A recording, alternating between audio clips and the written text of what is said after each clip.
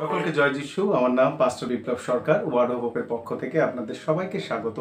আজকে আমরা ঈশ্বরের বাক্য দেখব, প্রেরিত তার 1-11, যেখানে লেখা রয়েছে, পবিত্র আত্মা তোমাদের উপরে আসিলে তোমরা শক্তিপ্রাপ্ত হইবে। জেরুসালেম, জিহুদিয়া, সমরিয়া এবং পৃথিবীর প্রান্ত পর্যন্ত আমার সাক্ষী হইবে। অর্থাৎ আজকের বিষয় হলো সাক্ষী হওয়া।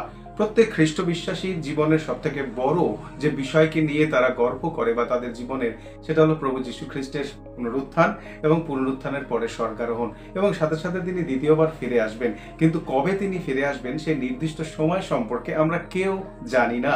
এবং এই নির্দিষ্ট সময়ের পূর্বে যখন তিনি ঈশ্বরের দক্ষিণে উপবিষ্ট রয়েছেন, ইব্রিয় পুস্তকে লেখা রয়েছেন যে তিনি আমাদের এবং আমাদের প্রিয়জনদের জন্য তিনি মধ্যস্থতার প্রার্থনা করে যাচ্ছে।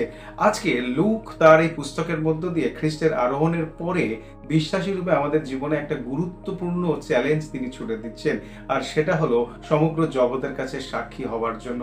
আমি আপনাকে বলতে চাই, আমাদের চারিদিকের যত মানুষজন রয়েছে তাদের প্রত্যেকের কাছে প্রভু যীশু খ্রিস্টের পুনরুত্থান এবং তার সেই ক্রুশীয় মৃত্যুর বিষয়ে আমাদের সাক্ষী হওয়ার আবশ্যকতা রয়েছে।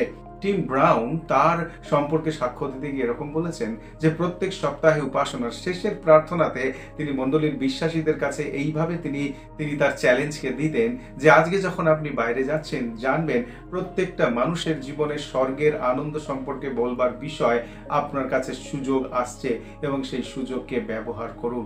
ঠিক একই রকম ভাবে লূক যেভাবে আমাদের কাছে তুলে ধরেছেন, একই রকম ভাবে আমি আপনাদের কাছে বলতে চাই, আজকে যখন আপনি প্রার্থনা করবেন ঈশ্বরের কাছে, তখন ঈশ্বরকে এইভাবে বলুন, সর্বশক্তিমান ঈশ্বর, তুমি আমাকে সাহস দাও যেন তোমার জন্য অন্য লোকের কাছে আমি তোমার ক্রুশীয় মৃত্যু এবং তোমার পুনরুত্থানের সাক্ষী হতে পারি।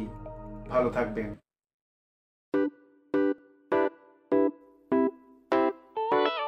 পুরাতন গেল শেষের পাতা।